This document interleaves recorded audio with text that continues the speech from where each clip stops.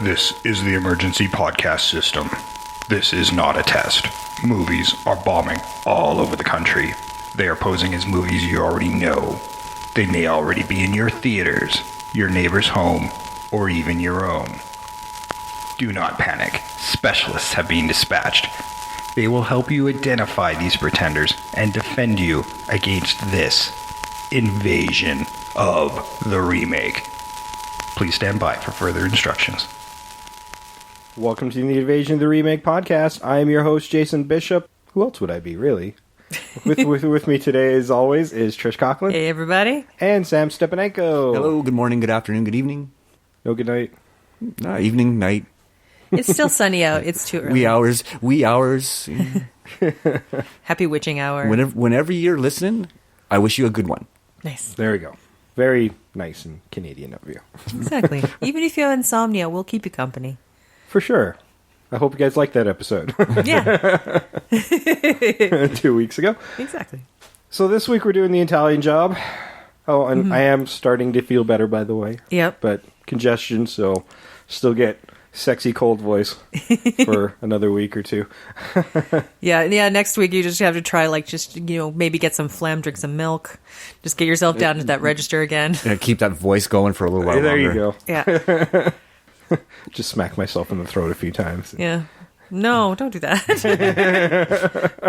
You can probably achieve it with lots of dairy. Dairy? Okay, I'll gargle some dairy. Dairy, no violence. Okay. I'd rather not have to heal.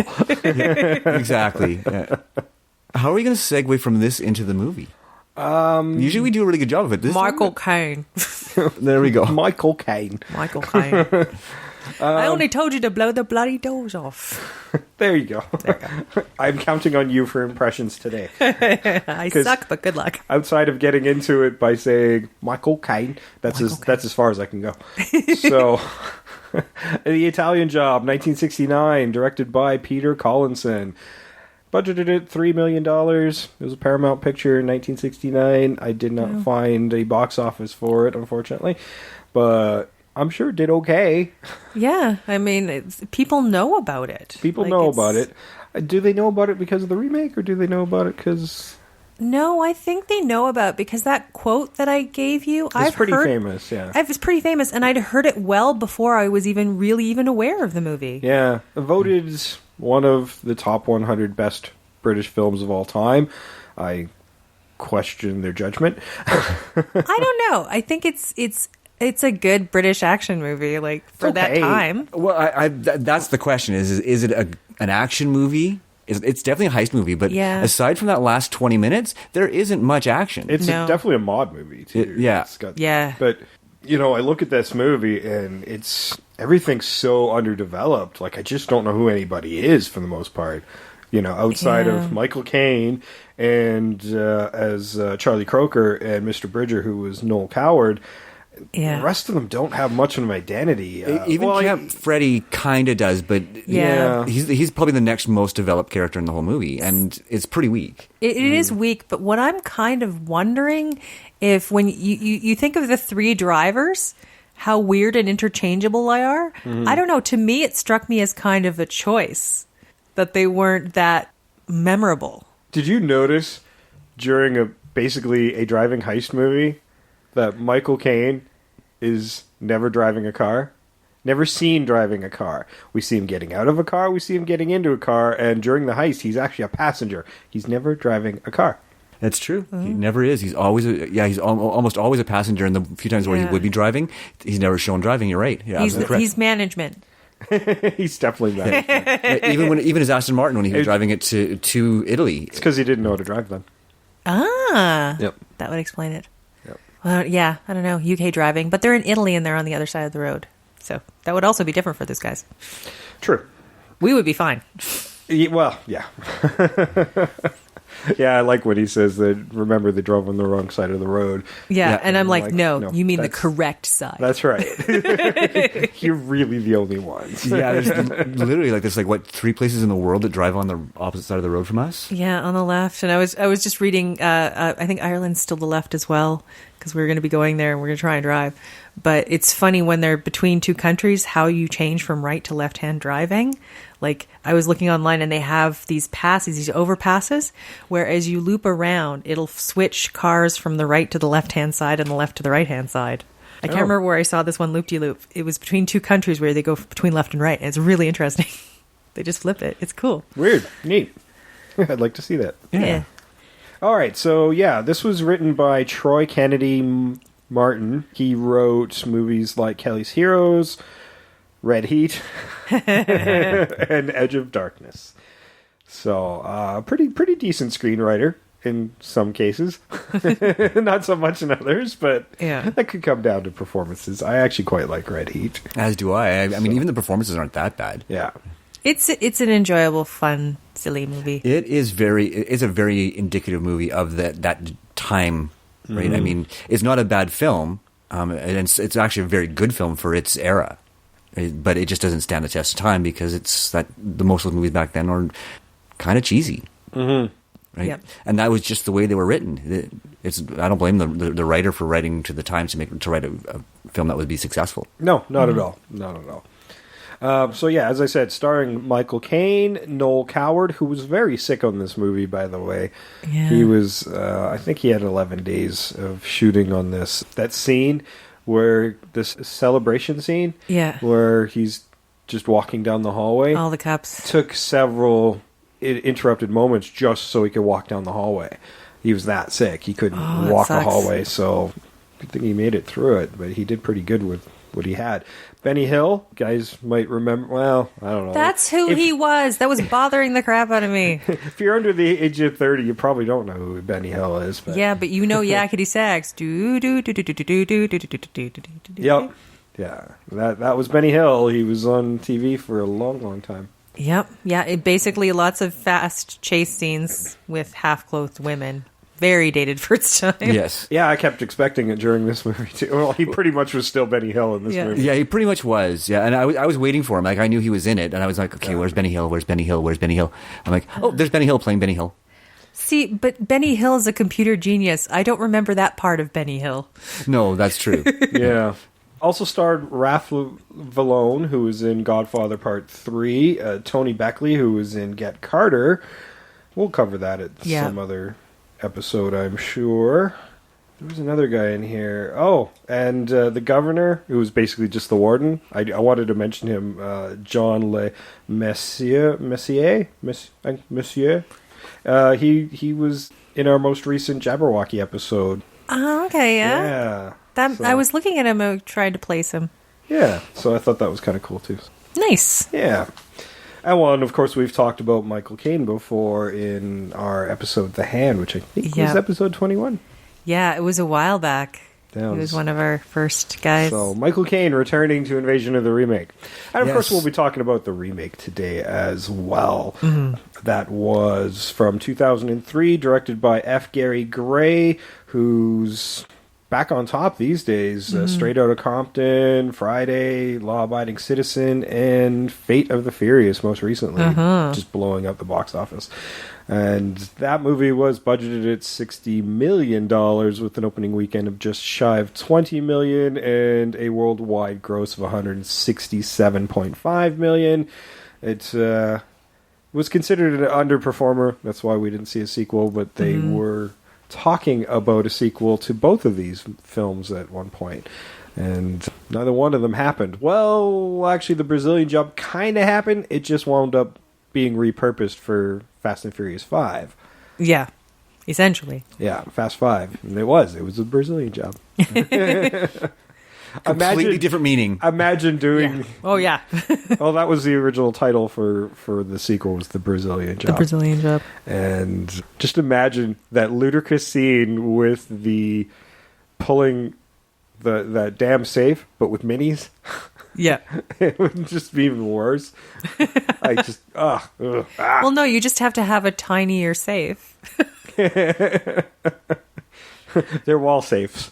Yeah, just this little kind of like it's about the size of the one in the remake, because the remake fits in the back of a truck, so it is much tinier than the one in Fast and the Furious. So you probably could do that with minis. I saw the calculations for the bricks they were hauling in the Italian Job in the minis, and they figured, based on the value that they said the bricks were worth of $35 million, which I think was the remake, and what they would have been worth at the time, they would have been pulling just shy of a ton in each of them, which means, no, they probably would have been moving. No. Not at all. No. They certainly would not have been doing some of the things they did in that car. You need like 5 or 6 more minis. Oh, for sure. No, I thought that was nuts. I don't know, which one did you guys like on this? Did you like both of these movies, or? I have a preference for the original one. I don't know, the remake was fine. It's very, to me, when you talk about indicative of its time, it's sort of, to me, it's very 2003. It's very Gone in 60 Seconds. It's very, they're both very indicative of their time. Yeah. But both movies, you're absolutely right. Yeah. I like both of them for different reasons. Mm-hmm. I like the American version simply because it is up to date and it's an action film, right? I mean, right from the get-go, it's more of an action film, whereas Italian Job is more of a heist film. It's slower paced. There's a lot more setup. You're right. The character development for the supporting characters is almost non-existent.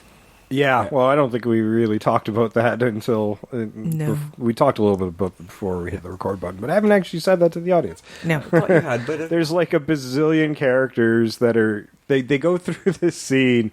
Michael Caine introduces his crew about halfway through the movie. There's like 20 people, and he's rattling off names, and you're not going to remember 2 of them, let alone 20 of them, and it just doesn't matter because none of them really get screen time. There's a couple of them that bicker, but you don't spend any kind of time with any of them, really. No, mostly they're just moving around in the background, driving vehicles, right there, filler. Yeah, which makes me wonder why you would even bother introducing them. Who cares? Who cares? Yeah, and it had a lot of screen time because it's a longer film. Mm-hmm. I think it could have been shorter, and it would have been a little more entertaining. Mm-hmm. Within the context of the movie, I mean, you have to introduce them, but ultimately, it was a Michael Caine movie. That was basically it. Was, that's why they don't matter. Yeah, it was a Michael Caine vehicle, and even he's not developed. He should have been more developed. I'm with you on that. Outside of, we know he was in jail. He's got a girlfriend, and he's a flatterer. I kind of want to know how he ended up in there the first time. That's sort of what I wanted to know. I wanted that story and how he got to know Mr. Bridger, or how he knows who Mr. Bridger is. And I mean, we kind of know who this guy is. We know more about Mr. Bridger. I want more of a Mr. Bridger movie. Yeah. He was fascinating to me. Like how he can run a whole empire from the prison. Oh, yeah. And he can come and go from the prison as he pleases. Well, no, there was where he says we need to arrange a funeral. That's how he gets out of the prison. Yeah. It was a funeral, and he got a day pass to go to a funeral of somebody's. Yeah. And that's how he arranges that meeting. Yeah. But he can't quite come and go from the prison. Yeah, but he's still he's a god in that prison. Yeah, he's got a personal escort to take a shit. Mm-hmm. That's how impressive it is. And that bathroom is all to himself. Yeah. Actually, that escort of his, and basically his assistant, was there to help Noël Coward just to get through the movie because he was so sick. So he was there to kind of take up a little bit of what maybe Noel might have been doing. Yeah. And it worked out really well. I think that added to the film. Yeah, it did. I think so, too. So a device out of necessity became a very useful tool for the movie. It really reinforced his power structure, I think, is part of it. It just really made it very clear that he's really the one in charge of the prison. Nobody else is. Yeah. I'd never actually seen the original one up until this point. I'd seen the remake a few times, sitting in my collection. I could have sworn I'd seen this movie, and then I'm watching it going, I've never seen this movie in its entirety. Mm-hmm. I've seen parts of it, but I'd never seen it in its entirety. Mm-hmm. Yeah. I was rather surprised, actually, because I could have sworn I'd seen it. Yeah. Well, I think it shows up on a lot of lists of stuff. I think we've all seen clips of it. When compared to other movies, and that's sort of how we know it, because it really is. I think it is a lot more famous than it was at the time. It became kind of a cult classic, I think, and that's why that remake made more sense. Yeah, I think just did get that. Both of them actually have around the same IMDb rating, around 7. So, yeah, I don't know. I still prefer the remake. I mean, in my mind, this is kind of what you do with remakes. They actually sat around, watched it once, never looked at it again because they wanted to pay homage to it, but not be the same. No, and they did a great job. It's very different. Yeah. Like, I think they are very different movies. I mean, they share a title, but I think the one line through is when Mark Wahlberg in the remake says, "We're going to do it like The Italian Job," like in referring to the movie The Italian Job. That's what I thought he meant. Oh, no. He's referring to the beginning of the movie when they pull that heist. That's The Italian Job. That's kind of weird because I mean, I'm sure it's a double meaning. It is a double meaning, but I mean, there's no scuba in this one. Yeah, but they use the same device. No, because it's the painting of the explosives on the floor, except they did it in the street to pull down the truck. So, I mean, that's what they were referring to. Yeah, they were dropping their target to a lower level where they could then work on it without interruption. Well, I don't know. I think I tuned out at that point. That's probably why. Yeah, no, that's why it's called the I was having very much trouble paying attention to this movie. Unlike the original that happens all in Italy, this one...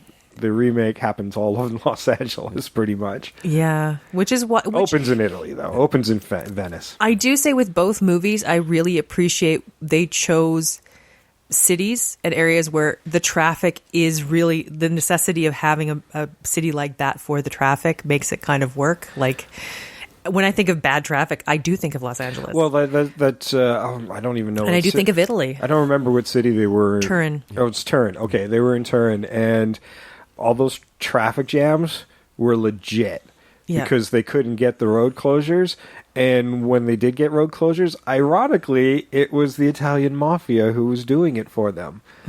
Closing the roads, despite the fact that that's actually a subplot in the movie that the Italian mafia is trying to keep them out of Turin.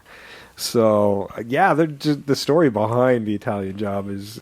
Some of the stuff that happens behind the scenes is just as interesting as the movie itself. Yeah, it's really wild. And, they chose, like, the soccer finals to have that, and that makes a lot of sense. Yeah. And certainly because, it's just going to add to those that traffic. And, I mean, and the device about the traffic, about controlling the traffic for to make it work for them. Yeah, and all those reactions to the block traffic and stuff were legit. Those were real people, real drivers being really pissed off. But you know what? I had such appreciation for the people. Like, there's that one guy, he's got his foot on his steering wheel, but he's like sitting out his sunroof, hanging out, reading a paper. I'm like, that's how you enjoy a traffic jam. Just relax. You're going to be there a while. Yeah, you might as well enjoy the time where you can't do anything. Right? Yeah, I mean, no point in getting upset. You're not going anywhere. Yeah. Catch up on your podcasts, do that crossword. Well, let's run the trailer for the original Italian Job, and then we'll really start digging into both these movies.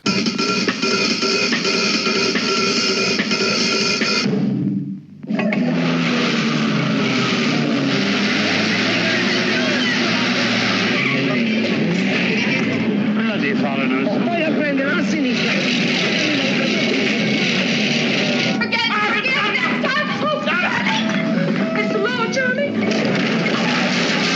What is the Italian Job? A city in chaos, a smash and grab raid, and $4 million. $4 million? I think we could take that over, Roger. Go. You're only supposed to blow the bloody doors off. Good evening, Richard. Croker. I've got a job lined up. Get out of here. It's all here. Maps, drawings, plans, everything. You've been put up to this, haven't you? You've been bribed to upset my natural rhythm and ruin my health. Michael Caine does the Italian Job on the outside.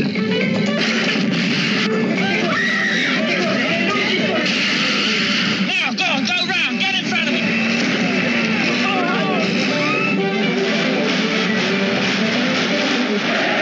Masterminding the job from the inside, Noël Coward. Two gentlemen on the job. Does Mr. Bridget think he can take over Europe from a prison cell? Wait till you see them Italian birds. Oh, they're big. I like them big. They're enormous. Really? Big.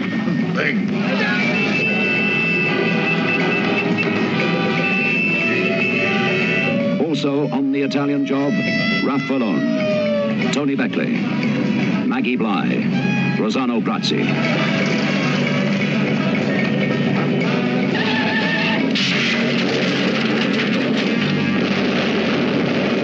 I want Charlie Croker given a good going over. Hello, Charlie. Lovely, Charlie. Nice, Charlie. Good to see you, Charlie. Now, what would you like? Everything. Hey! Knock that bloody water cannon out!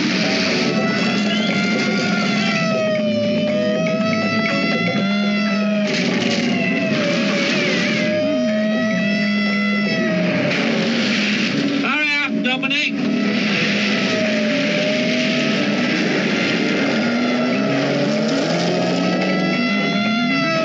Now!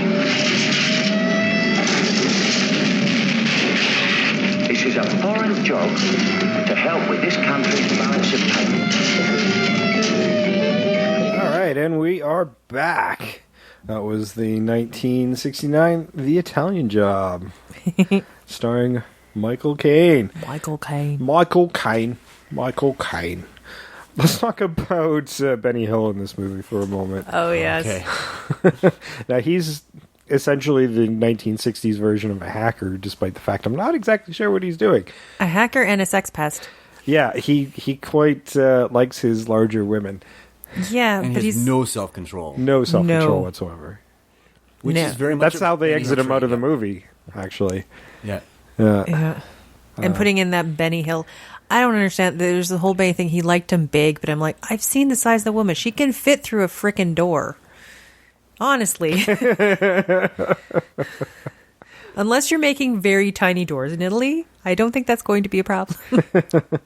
No, they wind up I just losing thought him. that was a dumb Nobody joke. even seems to notice he's gone when he kind of goes off on that bus chasing after that Yeah. lady. You know, he was expendable right from the beginning. Yeah. Right? I mean, because he wasn't like a member of their regular crew. There was this professor that they had found and sort of coerced him into doing this for him. So I don't think they really cared what happened to him. Mm-hmm. So when he disappeared, they just went, No, they bribed more than coerced, I think. Because he was talking about, like, he just wants to some big women, and they offered him big women. bribe, coerced. They appealed to his baser nature Oh, to get yeah, him they to do did. what they wanted him to do. Yeah. And he really wasn't. Once he got the job done, they didn't need him anymore. No. No. And that's one less person to share with. So why would they worry about it? Yeah, I guess. I mean, you couldn't really keep that guy focused anyway. So No. And he women are used as kind of objects in this movie quite a bit. Quite a bit. When Michael Caine first comes out of prison, Yes. and Lauren has got that gift of a room full of A harem.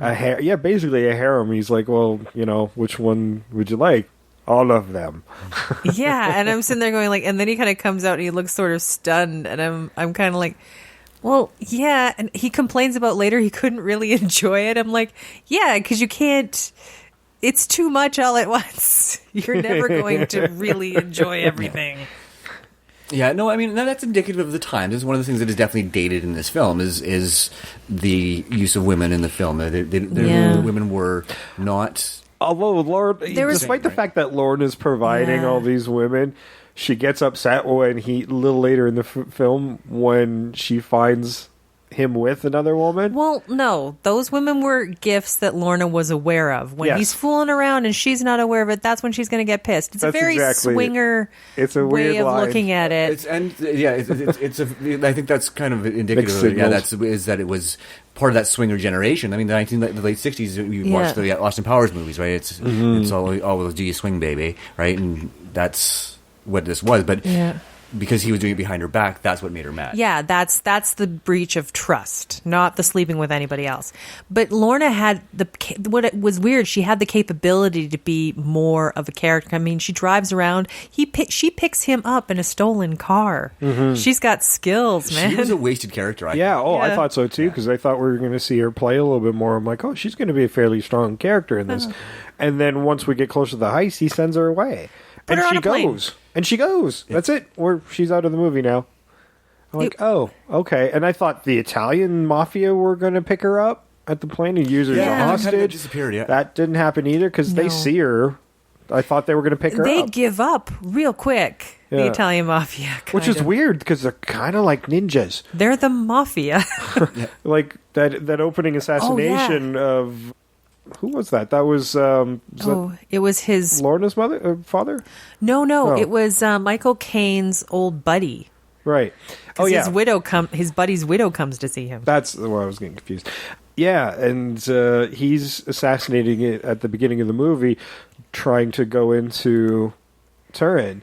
Yeah. I'm assuming just scouting, or maybe he was getting ready to do that heist himself, and they essentially just shoot him off the road. It's a speed kills it was PSA. a speed kill. Yeah, that's right. He's driving fast on all these little hairpins, and then drives through a tunnel and hits. They just the have a tractor. bulldozer at the end. Yeah, bulldozer at the end hits it, and then they just push the flaming wreckage off the edge of the mountain. FYI, super clean way to do it. Yeah. I But mean, the there's wreckage is right in the bucket, all and you just these move it. Armed guys in the same suits just standing up there. They even have a little weird mock funeral. Like, what is going on? Oh yeah, when they have the little wreath the whole time I was watching him, I'm like, what happens? Like he's gonna toss that, and I'm like, he tosses it, it sort of stops. Like, what if it doesn't get that roll just right? It doesn't go all the way down. There's one of his little raven birds in the background because it looked like the birds. Just instead of wires, it was just mobsters on ledges. And that happens again later in the movie. And then when he decides not to kill Charlie Croker and his gang, they just gone. Charlie turns around, they're gone. Like, they're fucking ninjas. Yes, they're freaking Batman. Exactly. They should have gotten to them quicker. I mean, man, if the Italian mob was actually like that, the stories would have been. I mean, we got some pretty cool stories with Italian gangster history, but goddamn, The Godfather would have been a very different movie. it would have been a very different movie. Yes, I have a feeling Bruce Lee would have been in it. Yeah. Or at least coordinating the stunts, right? Yeah. Yeah. Yeah. No, but I mean, let's talk about his mentor buddy thing there, because this is one of the things I didn't like about the movie was that it kind of sets up Charlie as the mastermind, but he's really not, because his friend did all the work. Mm-hmm. Yeah, and then put it to film, because this isn't where you could just record on your iPhone and then hit send. Or he's recording on a reel-to-reel film camera his entire plan. Yeah. What about not leaving a trail? Well, not even You're just a that. shitty thief. If someone is recording, like in those times, it's a big brick. When you're filming stuff, they're like, hey, somebody seems to be filming our vehicles filled with much gold every day. Yeah. Oh, and then, the shot in Turin where he's telling the plan, walking up these stairs like he's in some weird documentary. All these people around, hearing the plan as he's talking about it into the film camera that obviously people can see. It's big. Yeah. But then it's funny, you get the same thing. Is it Camp Freddy telling the same thing to Bridger when he's in the prison, and he comes up the stairs, and right behind him they catch a big close-up of one of the mob guys right behind him being like, oh, hey. So weird. So weird. And Camp was the first time they ever referred to on film to a gay man as Camp. I know. I'd never heard that term before or after this movie. Like, this is the only time I've ever. But I like that he's a used. major character. They don't make anything of it. That's just his code name is Camp Freddy. Yep. Yeah. And as long as he gets the job done, that's all that matters. Yep. Yeah. But yeah, I think that's my biggest bone to pick with this movie is it kind of sets Michael Caine up as the mastermind. Yep.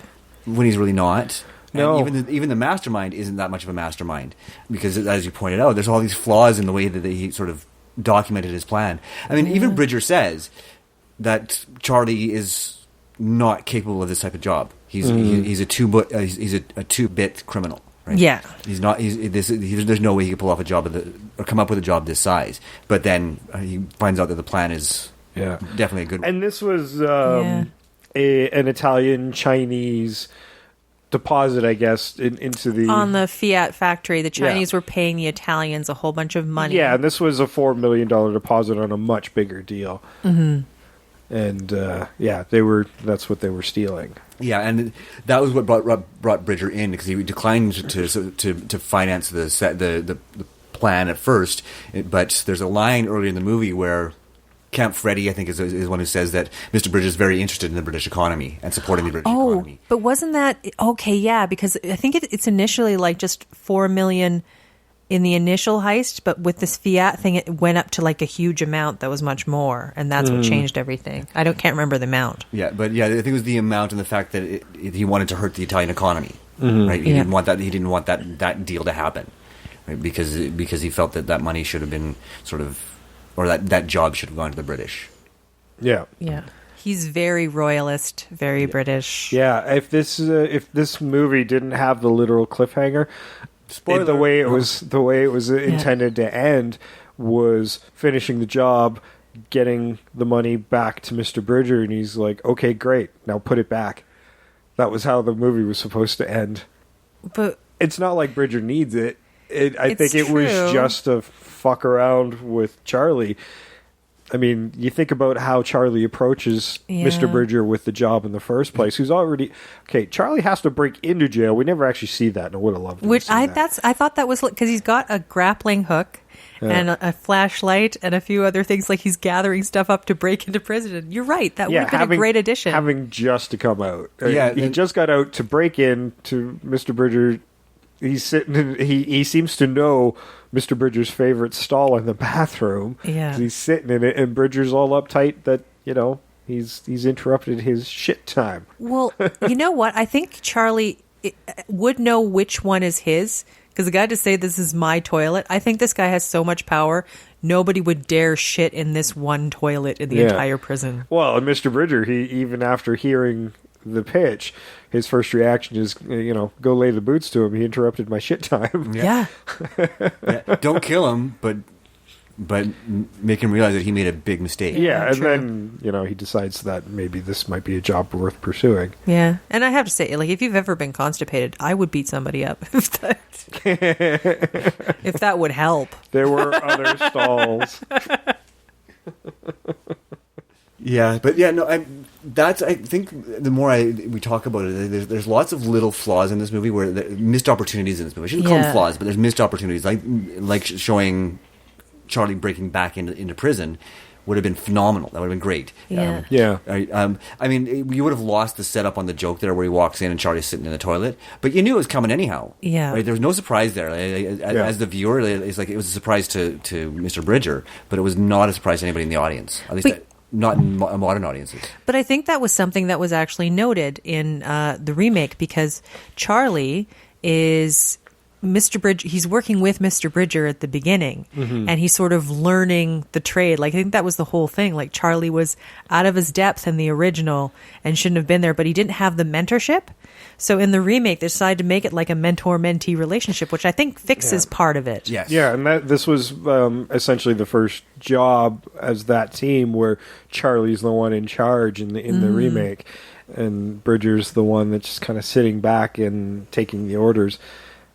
Yeah, trying to make him like, this is your job. You're learning the trade. This is what's going to happen. Charlie called him out of retirement. Charlie was doing this job regardless, but he wanted Bridger there with him on his sort of first job. Yeah, the reins had already been passed. Yeah, like, Charlie had everything to do this job, but I mean, I'm guessing he called Bridger because he's the best safecracker. True.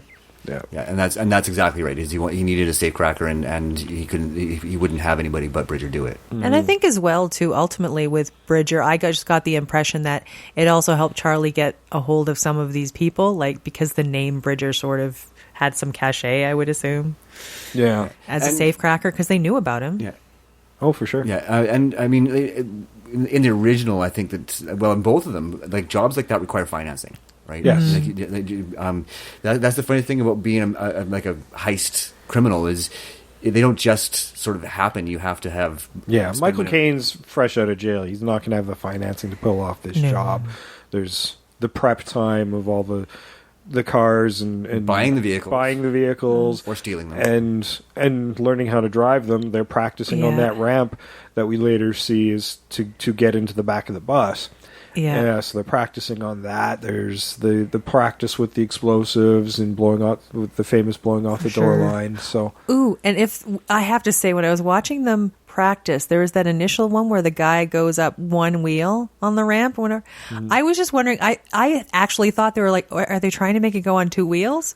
But then I found out that he was supposed to have both wheels on the ramp. I'm like, fire that guy right away. Yeah, if he misses by that much, he should not be on your team. I suspect he might have had a glass eye or something, because he missed it by depth a perception. freaking mile. Yeah, I'm like, this is the first guy you fire or shoot. I don't care. Yeah, I'm like, this is your pro wheel man? Yeah, get another one. Give this one a different job if you can't fire him, but don't let him drive. Yeah, and Bridger's signing off on all this stuff, and it's getting a little angry that, we're not getting these cars back because they keep getting trashed. Yeah, at least the one guy who went over the ramp and landed the car hit the ramp. Yeah. He should stay on the team. But yeah, I mean, you do have to practice because you can't. I kind of like that note because that's the funny bit. Because have you ever watched a movie and they just can magically do this one thing first try? And you're like, oh no, you got to practice a bit to get. Well, they should have had Croker showing them what they needed to do. Yes. Charlie's telling them, okay, you got to hit the gas to get up the ramp, and then hit the brakes when you hit the top. But somebody should have showed them what they needed to do. And again, this is Charlie standing off, never being behind the wheel. Yeah, and I mean, and they, in the remake, everybody's really competent at their job. Yes. Right. Right. I mean, Handsome Rob is a driver. That's what he does. He's the driver. Yeah. He's the wheelman. Left ear is demolitions. He's the explosives guy, and then you've got Lyle's the hacker. The Napster. The Napster. Yeah. John or Stella are the safecrackers, depending on what heist you're looking at. I think we got. And they have everybody. big. And Steve is just kind of He's the heavy. He's the heavy. Yeah. Right, because he's the they one had very defined roles. They have very defined roles, and I think that's one thing that worked better in the remake. And they still practice, right? Get comfortable with their environment, so that when they are in it for real, they already know what they're doing. Yeah, right? But it's not as over the top incompetent as it is in the original. Yeah, the original. I mean, you've got the introduction of the mafia that wants to keep them out, but they never really catch up to the gang, so that's not a thing. I mean, I guess they could have if the end of the movie hadn't ended the way it did, because they were kind of stuck. I think they probably would have addressed that in the possible remake had it happened. Well, if the sequel to the original movie, the way that cliffhanger was supposed to pick up right there, and what they were going to do was going to let out the gas out of the vehicle. Yeah. So they could create a little more equilibrium, get out of it, and let the gold fall, and then they'd have a new heist because the gold would be coming down with the bus to the awaiting mafia at the bottom of the mountain, and then the second heist would have been getting that money back from the mafia. So that might have been why we didn't see the mafia have a bigger play, but I don't feel like there was much of a threat once they were left alone. Well, they were told not to go in, and then they went in anyway. Yeah, I didn't feel like there was a threat there, and there should have been. We should have seen them pop in a little bit more often. They should have been just being chased by the cops during that heist. They should have been chased by the mafia as well. Yeah, or at least have these dirty cops that were under the pay of the mafia, and you knew about it. Yeah, or you have the mafia feeding them information, right? Okay, we know that we know that they're going there because one of my questions is how are they always they'll lose a cop car or where there's nobody chasing them. All of a sudden they're being chased again. Yeah, and I mean those cars are fairly distinctive, but it's like they get rid of one and then there's another one, like bang right there. Yeah. How is that happening? Yeah. Right, because they don't have their cameras. They don't know where they Yeah, are. they just seem to pop out of nowhere, and I'm like, well, didn't you just lose them? Yeah. Like, for God's sakes, you drove on top of a building to lose one. Yes. I thought that was wonderful. I just really liked that moment. I would That have was liked really a few cool. other camera shots on that moment, but yes, Yeah. they just kind of come out of nowhere. They go up the building, we don't see them for a little while, and then they circle back around. And Yeah, then, well, what's sort of amazing when you look at that ramp they went up on that Yeah. building, and also like the lee of that roof as they're coming down. I'm like, that's insane. Yeah, no. So the driving sequence at the end was amazing. Yeah. Like it was the skill of these drivers was astounding. yeah, I think that was a Fiat factory, by the way. Oh, nice. Yeah, like they actually put quite a bit into the movie as far as that. Yeah, the driving on the roofs and the chase on over the roofs. I guess like some guys left the set because they didn't want to. They just felt like somebody was going to die during that. You know, Yeah. the Fiat workers were just doing the Holy Cross during the scene. I swear, that's what I thought. Like, I'm watching these people drive on this roof, and I'm looking at that tiny width Yeah. of a ramp and how steep they have to come down into it and go up from it. Like, There's some great stunts in this movie. yeah. There are some great stunts in the movie. I was on the edge of my seat. Yeah, no, and I mean, like I said, I still really enjoy the movie. It's a long time to get to the payoff. Yeah. I'm with you on that. Yeah, a lot of the humor was just a little too dated for me. Yeah. It was very 1969 humor. Right. So I mean, I chuckled, but because I got the reference, but it wasn't as funny to me as it probably would have been to a 1969 audience. Yeah. Yeah. Did you see those two guys that were kind of opening up the pathways for the minis, that this path Yeah. they had figured out? There were two guys specifically, and I shouted at my TV, found them, and then Yeah. they're like, they both look like Waldo. They do. They really do. You know, see, this is why people are looking for Waldo. That's what nobody knows. Waldo is a fugitive. You're just helping the police find Waldo. Striped shirt, yeah. That is all you're doing, guys. With Mr. Bridger, when the heist, they've gotten away. They're still Yeah. going up that Italian Alps mountain, and ironically, the same mountain was in the remake as well, where Nice. they convene in the Italian Alps. Same mountain, Beautiful. yeah, almost the same spot actually. I'm surprised Bridger knows so quickly, and he's coming out. The whole jail knows he's coming out of his Yeah. cell, and there's this. Everybody's chanting his name, and he's waving like he's a king. And I'm like, you just committed a crime in jail, and everybody's celebrating, including the guards. That scene, I hated that scene. I hated it It's so too long. much. It's and too long, and it makes weird. no sense whatsoever. Whatsoever. I was And he just sits so down to a disconnected. chicken dinner with champagne. It's weird. It's Yeah. very weird, and You don't get rewarded for bad behavior in jail. No, you and just get at. Well, all he did here's was a good finance the dinner job. because now all you've done is like, yes, we're going to give you the death penalty. This is your See- final meal. Yeah. That's the only thing I can think of. It's Yeah. like, this is your final meal, but you made a lot of money. yeah, and that's all he did was make a lot of money. Yeah. He didn't do anything. No, I think part of the point was it's also illustrative as he is well and truly above the law in all manner and form. Yeah. Maybe that's But- just every Sunday dinner for him. Maybe. Yeah. But it's, to me, I didn't mind the people being like, hey, yay, Mr. Bridger, but it was just so ostentatious is what bothered me. Like, how would they all know, and how would they all like slam their cups at the same? Like, it seems weird.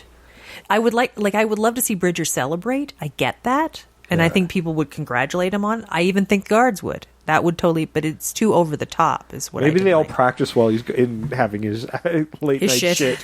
shit. Okay, guys. let's use paper cups. We don't want to disturb him. Yeah. Hey, Mr. Bridger. Hey, so Yeah. weird. That's one of those things that we talk about scenes that yank you out of a movie. Yep. This one did it for me Oh, in a big way. time. I'm It would have bugged me more if I would have, but I wasn't all that deep into it. I'm like, I just not. There's so much silliness in this movie. Yeah, I was fast forwarding just to check on where I was in the movie, and I ended up randomly at that spot, and I'm like, oh my god, have I got the wrong? Did it switch movies partway through? I mean, if you watch this movie and you're thinking a remake, I'd almost made it a farce. Based on what I was seeing in it. You could have gone more straight like they did, or you could totally take it in a farcical spoof kind of way, and it would totally work. Comedy, Ocean's 11-esque, Naked Gun-ish type of territory. I don't know. I'd say the remake's got that Ocean's 11-ish. Oh, it is Ocean's 11-ish. There's lots of good humor within the characters themselves. But it's not slapsticky in any way. No. Right. Well, there's one slapstick bit that I remember when Lyle pulled up on his motorcycle. Oh, yeah. But it worked. Well, yeah. It worked for the character. Yeah, that's the thing. Like, that comedy was part of his character, which actually, that makes it work. I like it when it makes sense. Yeah. Yeah, and he's just one of those guys who's just completely inept with anything but a computer, and he's trying to be cool with his motorcycle, and it just doesn't work. Yeah. And they're going to bug him, but he's still their buddy. Yeah. Let's start the trailer for the 2003, and we'll keep this conversation moving. Daddy, come by. We'll have some breakfast. It'll be a long trip. I'm in Venice. Learn the language of poetry, art, romance, sex. Unlike you, my friend, I don't need a guidebook. The plan was flawless. For the next 45 minutes, we own this place, gentlemen. Okay, Steve, it's right above you. The heist was perfect. The escape was clean. What are you going to do with your share? I'm going to get a NAD T77 with 70-watt amps and burr brown DACs. It's a big stereo. Speakers so loud they blow women's clothes off. The only threat was the one they never saw coming. What the hell are you doing? I made a few plans of my own. There's nowhere you can go where we won't find you. That's probably right, John. Found him, Stella. It's in Los Angeles. Stealing that gold is not going to bring my father back. It's not about the gold. John was like a father to me, too. And I just can't move on until I've set things right. They're not in it for the pay. Hey, Steve? Gang's all here. You have no idea how hard it is for me not to reach across this table and kill you. You want to start the game up again? That's fine with me. They're in it for the payback. Come on! You'll try to take out my guards. I have 5 of them that you don't know about. I don't do dogs. I had a real bad experience. What happened? I had a bad experience. You tried to hack the system? You ready to create the biggest traffic jam in the history of Los Angeles? I'm so ready. Oops. You're going to try to crack my safe? He took my father from me. I'm taking this. You just blew the best thing you had going for you. You just blew the element of surprise. Surprised? Why do you get to punch him and I don't? Paramount Pictures presents. The gold is coming to us. Gridlock every route except for the one we choose. Force that truck to go exactly where we want it to go. Stop them before they hit the street. This is it, guys. Moment of truth.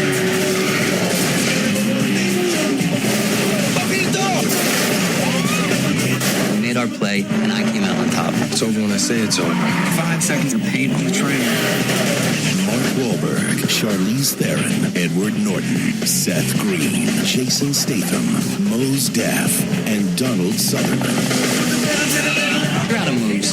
The game is over. Just give up already. You've got no imagination.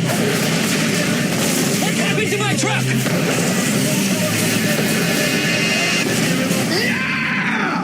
Got the Holy Spirit. The Italian Job. You know this was never about the gold. Whatever helps you sleep at night, sweetheart. Bam! The Italian Job 2003. Yeah. I do enjoy this one a lot more. Directed by F. Gary Gray, as I said before. Starring Donald Sutherland, Mark Wahlberg, Edward Norton, who didn't really want to do the movie, but... Yeah, he does look really unhappy to be there. He had a 3-picture deal with Paramount, and he'd been saying no to everything, so they kind of exercised their option of like, no, you're doing it. Charlize Theron, Jason Statham, Seth Green, Yassine Bey, known as to everybody in the world as Mos Def, who could not drive. That's why he was always with handsome hair. Yeah, well, there was actually a cut scene that's actually on the DVD where he's actually driving and he's just running into shit all the time. Which I guess plays because he couldn't drive in real life.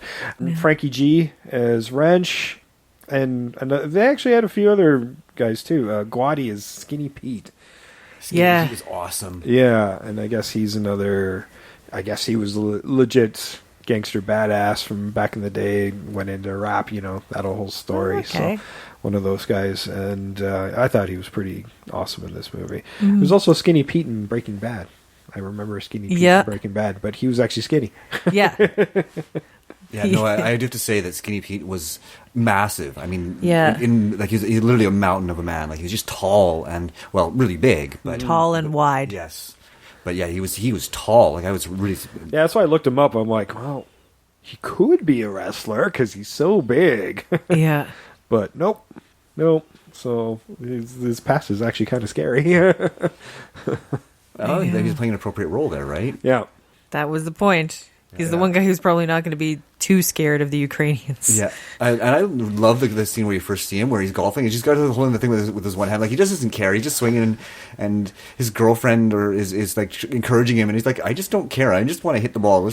I know. That sort of bothered me. I'm like going, chick, okay, he doesn't care. Just be like, all right, here's another ball. They'll be like, oh, you'll get the next one. He doesn't care. He doesn't care, but he could hold the club properly. It's like a toothpick in his hands, and he can't really swing past his gut properly. So it's the only way he could actually do it, and it just made that seem pretty funny. Well, he's supposed to be putting, and he's just like slamming it.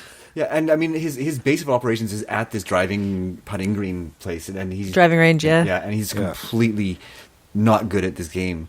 Right? And obviously he does it all the time, and I think he just likes to hit the ball. He doesn't care if he's good at it or not. He just likes to hit the ball. Yeah, see, and that's why I think it's weird that he was doing the putting thing, because I could just see him just on the driving part, just like slamming at balls.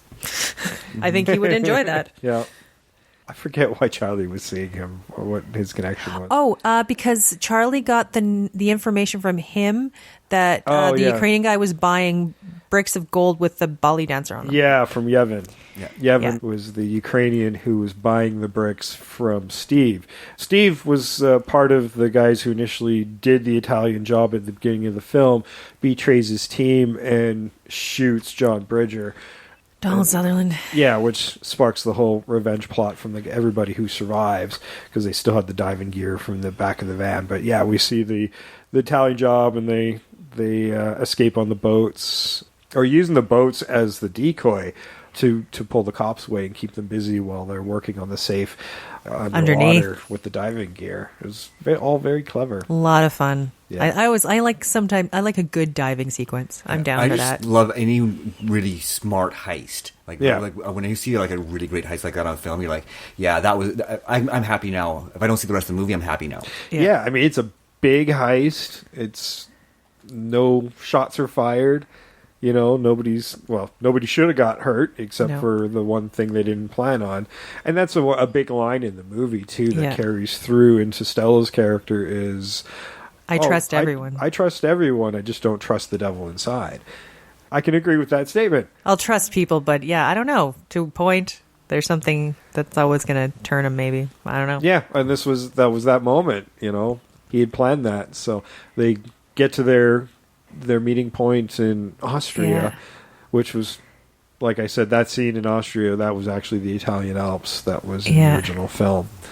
And that's where the betrayal happens. But see, and what's weird is that entire time beforehand is Bridger is suspicious. The whole time he's like, where are your guys? Yeah, Steve's the guy who arranges for these distractions. Yeah, the garbage men or something. Garbage like men. that? They're called the garbage men. Yeah, and he's like, where are your garbage men? And at a certain point, he's like, I'm calling it off. I'm not doing this. And they still go through with it, but yeah, he had good instincts. Yeah, Charlie's the one that keeps the gig going. Well, because it's Charlie's it was job. his call. Yeah. Bridger would and he called trusted off, Steve, and his men were in place when they needed to be. Yeah, but yeah, they're real late. They're late. Yes, very late. Yeah. The only thing I have to say about this scene is when they fall off into that icy water, and they do have the dive equipment.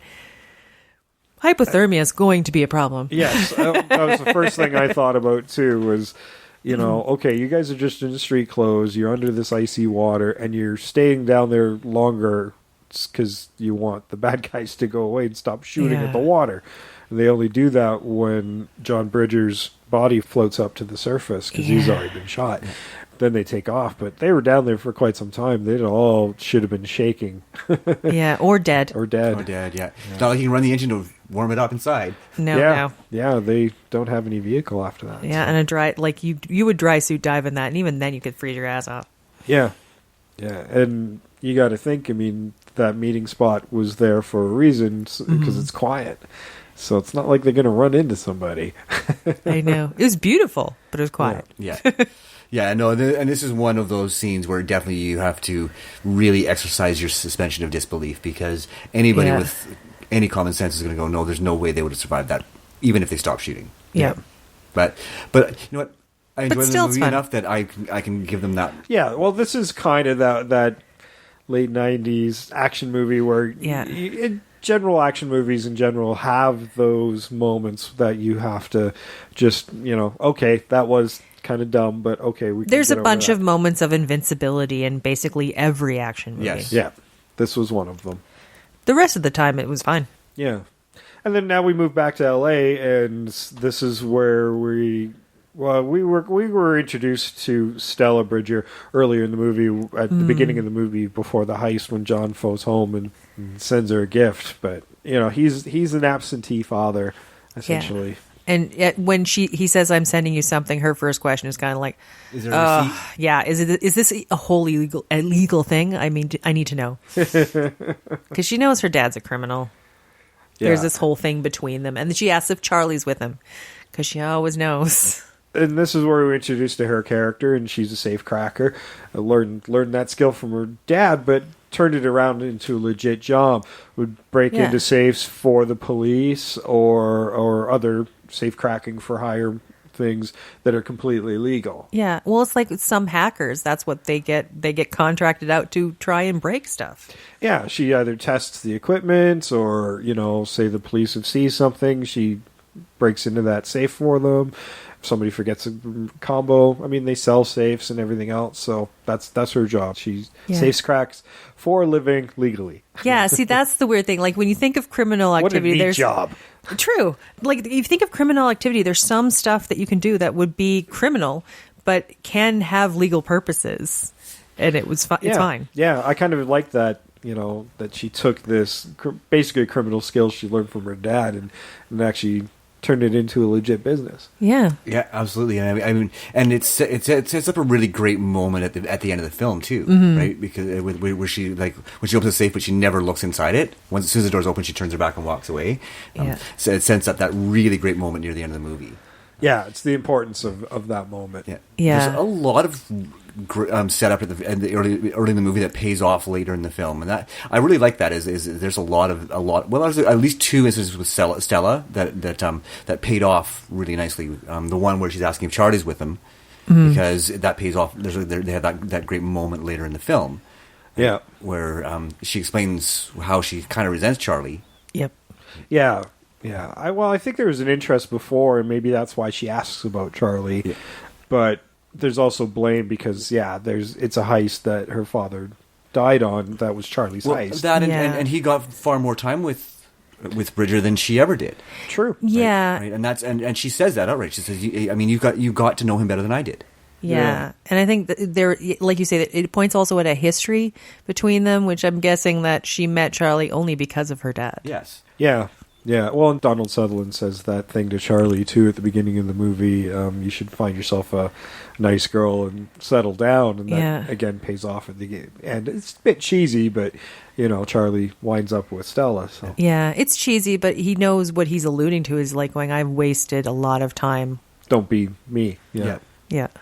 And be a better father than I was. Yeah, and I mean, let's face it, this heist can finance them for the rest of their lives. They don't have to do another one after this heist. Well, the way some of them were spending, they do. They all have these grandiose ideas, and that plays into Steve's lack of imagination, which was so much fun. That was really funny. I remember during the first time I saw this movie, I'm like, that's hilarious. Yeah, so they're all talking about what they're going to do with the monies, and Steve's just like, "I like yours. I'll take one of each." Yeah, and then he does. When he steals all the gold from them, he does. He had some Rob's car. He got Lyle's stereo, and he got the Spanish villa. And the Spanish villa that he imported from Spain. Yeah, which was Mostaf's which is character. Dumb. Have the Spanish villa in Spain. Enjoy it there. Yeah, it's less smog. Why? Why? Yeah, that was a weak point in the film. The fact that he imported the Spanish villa, but it had to be in LA again for the traffic and Yeah. And so on, right? And that's clearly, I mean, clearly Charlie's contacts are all sort of North American based, so they kind of have sort of... I want to go back to the original film where they break into to replace the reels. Now, this is back in the day when computers were on magnetic tape. Yep. So that was something that was provided from the guy who died at the beginning of the movie. Yeah. Oh, yeah. I can't Beckerman? remember his name. Beckerman, maybe. I think so, yeah. I'm afraid I don't remember. Yeah. And so they have to break in to get in there. So they create a distraction by causing a power outage. He tosses a bicycle into the electric grid. I love that. It was so You're in Italy. You're going to find bicycles. Oh, yeah. You're going to find a bicycle. You know, it is a really simple, inelegant, but simple solution to creating a power outage, because you do something like that and you're going to get massive shortage. Yeah, so they just replace the tape in the traffic room while it's all down, all down, and then everything comes back up. The tape's in, and they just have to wait. Yeah. And that's the thing. I don't understand why they needed a computer expert to do that. Yeah. Oh, he had to do the programming. It's the 60s. They don't know how to make a program, put it on the magnetic tape. But Beckerman had already done the programming. It's done. Yeah, that was why I was confused too. I'm like, maybe they just didn't know what machine they needed to put it on. They probably couldn't have done that. And I don't know if they needed him to make... I would have liked it if they'd had him... He shows him the tiny box that's supposed to interfere with the camera. I would have liked it if it was that computer guy who, like, he's making all these boxes for them. Because the guy has to drop them off. Talk about lackadaisical again. He tosses it over a fence and in garbage cans right in front of everybody. These things could look like bombs to people too. Yeah, this is 1969, well before a lot of other stuff was happening. Yeah, I guess. Yeah. So yeah, we're looking at it from our time eyes. Yeah, you do that now, the people will be reporting bombs. Yeah. Yeah. I just think it's funny because Benny Hill got quite a high billing in this movie in terms of credits, but he's in it for maybe 4 minutes. Yeah, he's not on screen for very long. No, and he was one of those actors who was definitely underutilized. So I think that now we'll get back into that thing we do where we remake it, but that's okay. Where he was the one who made those transmitters that interrupted the camera signal and so on. That would have made more sense. Let's assume he's the one who replicated that device. Yeah. Because I mean, he can.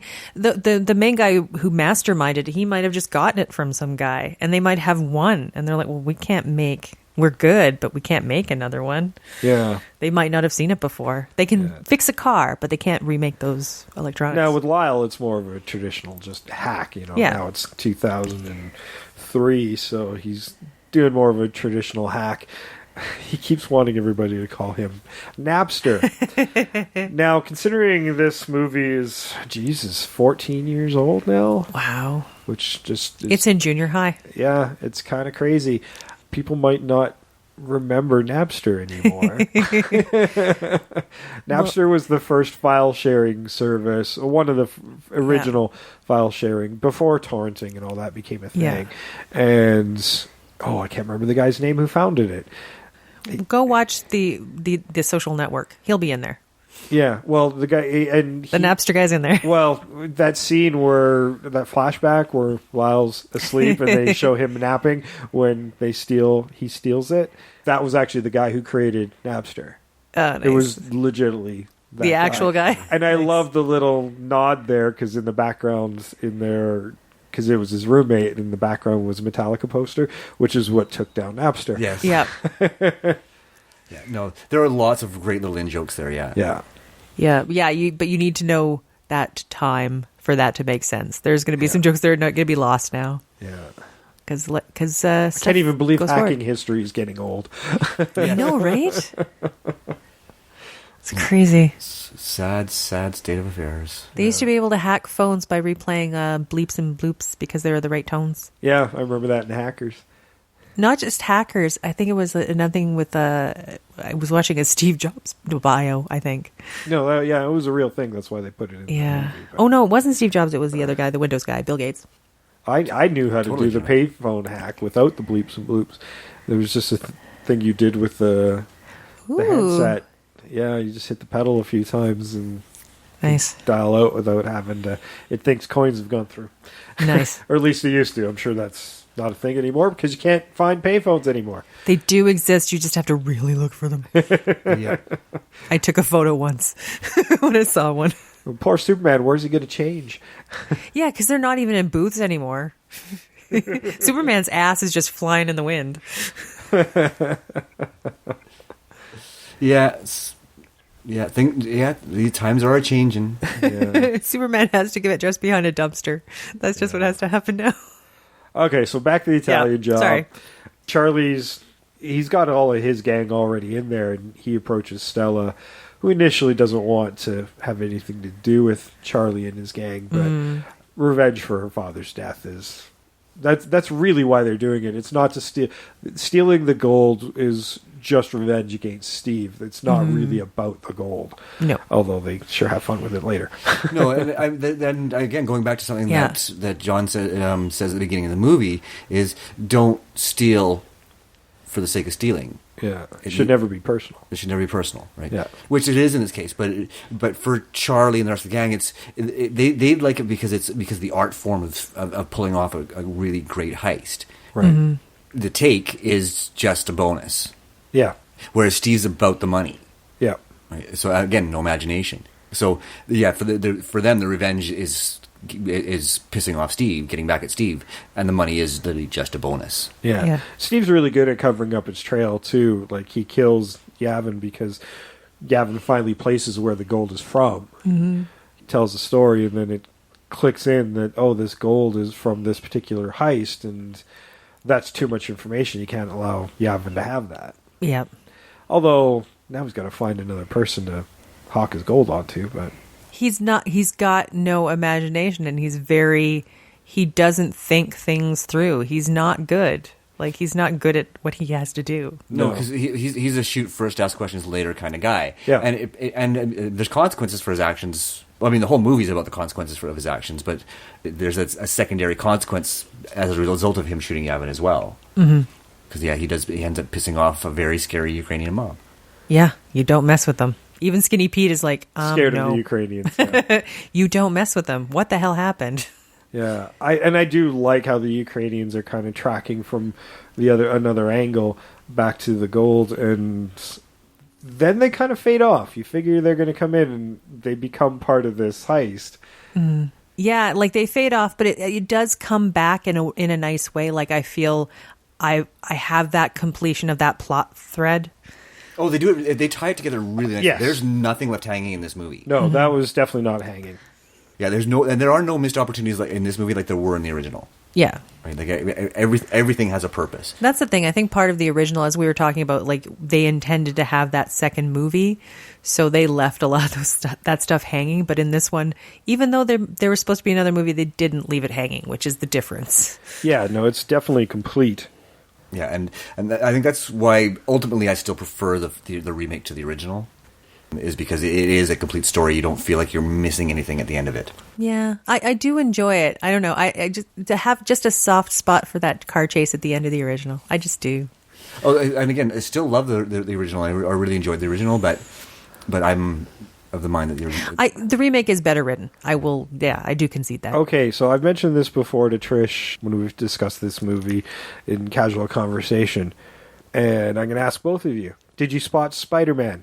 No. Nobody saw Spider-Man? Yes, I did by the Chinese theater when they're just turning around, right? And and then that's when they take the truck. Yes. Yes, you finally caught it. I finally caught it. I didn't know I was supposed to be looking for him.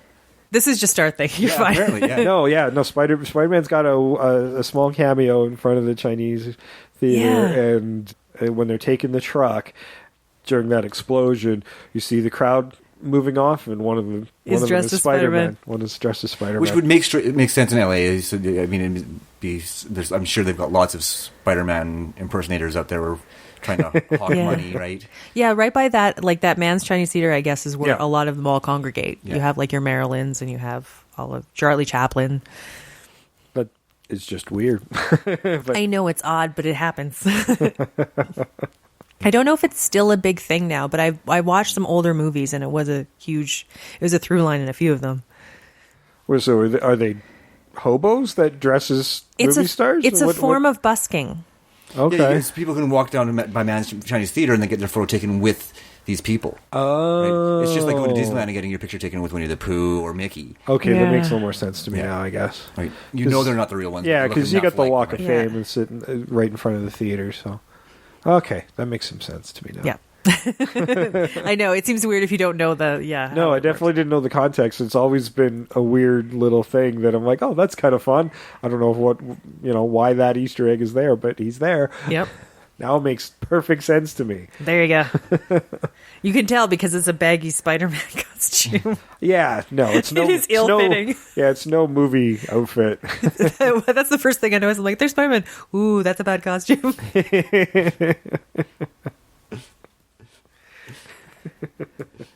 Yeah, you need to get a tailor, buddy.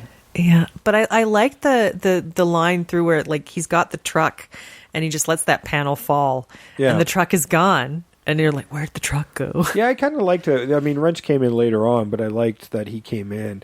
I thought he might be a weak link in the chain because he's a new guy in the group, but yeah, he's solid all the way through. But I love how they play with him that way too. Yeah. Is because we do think he's double crossing the gang at one point. Steve's like makes him that better offer at the end of the big chase sequence. And Steve's out of the helicopter. They've got the cars on the train, and he makes a better offer, and he opens up the car, and everybody walks out. So good. Yeah, no, it was a nice little... Just a last-minute misdirect, and yeah. I'm like, oh, that was good, guys. You almost had me. Yeah. Well, I forgot, like I'd seen this before, but I completely forgot about that moment. So I thought one of two things were going to happen. I thought Wrench was actually going to betray them, or Steve would shoot him in the back while he was turned. Because I thought he's just an asshole. He would do that. Yeah, absolutely, yeah. Yeah, that totally could end. Half of what I expected. And then I'm like, okay, good. He didn't get shot. Yeah, but Wrench was likable. So yeah, you definitely didn't want to see him get shot. Even though he doesn't have an awful lot of screen time, his character, again, was reasonably well developed. He has that bit where he says, okay, I'll come in for this other thing, but I need more. I need more information. If I'm in, I'm all the way in. Yeah. Right? So... I think his dynamic with he knows Handsome Rob, right? So he's a stand-up guy at least as far as anybody can tell. And he's another one of that team who's good at his job. He knows what parts he needs. He knows how to reinforce those cars. He's exactly what they need. Yeah. Yeah. No, then everybody's a specialist, and that's the way a heist should work. Is you have your specialists. Yeah. It's very Ocean's 11 in that, as everybody has their key that they can do. Yeah. No, he was quite good. Lyle, I really like how he stumbles around this movie a bit. Yeah. You know, he's very good at his hacking job, but not much good at anything else. Yeah. It was so weird seeing him with his modem set up in the luggage area. The luggage carousel of the train station. Yeah, so weird. And then it gets busy and nobody really questions what he's doing there. Well, I don't know if even 2003, I'm wondering, because I mean, I took like multimedia production like about like 2000 or so, and even then some of the stuff was pretty low end. It wasn't a huge thing as it is now. Programming, it wasn't so ubiquitous to have a laptop around, I don't think. Oh, probably not, no. Probably not. No, I'm trying to think about... I mean, you saw them sort of in business atmospheres, like for offices and like that, but yeah, they were a business tool. They weren't something that people would have. Yeah. Yeah, no, you'd have a desktop at home if you had anything, and that's it.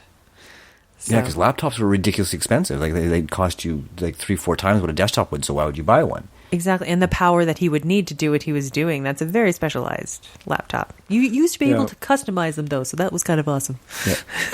Well, I'm wondering because he had his own modem there and everything else. I'm like, well, I don't know. I don't understand the internet, but if you're in a place that doesn't, I mean, those luggage carriers hooked up with cable? Well, yeah, who knows? Yeah. I don't know. See, I to me, I'm using my now brain and thinking maybe that's just where the plug-in was for his laptop because his battery's shut. Yeah, much like everybody, I don't understand hacking, so I will leave that to Lyle. Exactly. But I just liked how ridiculously looked. Now, when they were at the cable place scouting out a cable repair person and her truck, which is a funny scene all by itself. We really get to see Handsome Rob be handsome. See, and what I would have loved is if Becky was not interested in Handsome Rob. She's kind of interested in, Stella. Yeah, that would be funny. Handsome Rob gets to have those Playboy aspects that Michael Caine had in the original movie. But here's what just attracts women like a magnet. Okay, so they've got her shirt and her truck. Did they kill Becky? No, he just sort of No, Becky's fine, I think. Yeah, no, he just stole her shirt and made an impression of the key, and then they stole the truck. I think he just exhausted her. Okay, I hope so, because I'm like going, she just goes away, and then they have the truck and the shirt, and you never see her again. Just pounded it to her good, and she was out for 3 days. I'm hoping that's what happened, because they got her van. Yeah. I can see the And shirt. her shirt. I can see the shirt leaving it at some guy's house. I get that. But not a whole van that I use for my job. Yeah, no, he just took an impression of her key and they made a copy. Okay. And then they stole the van, so they would just look at the van that got stolen. Okay, sorry. I checked out a couple times in this movie, and at one point I'm like, oh my God, did they kill Becky?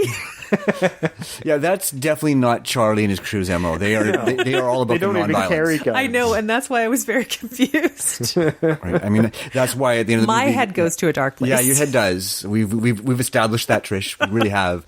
But yeah, at the end of the movie, that's why they get the Ukrainians to do the dirty work.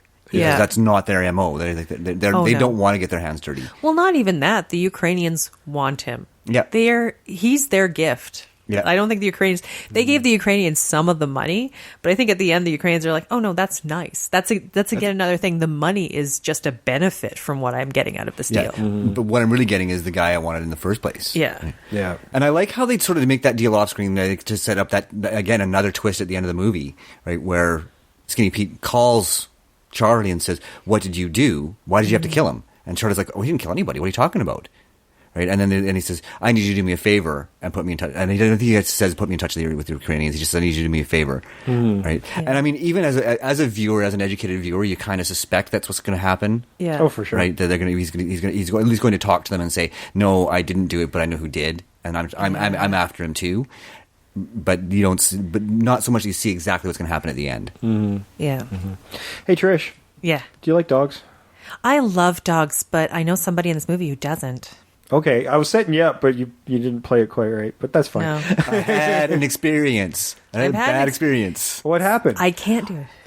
And I'm the deaf one. I said I had a bad experience. Mos Def was so good in this movie. He was so good.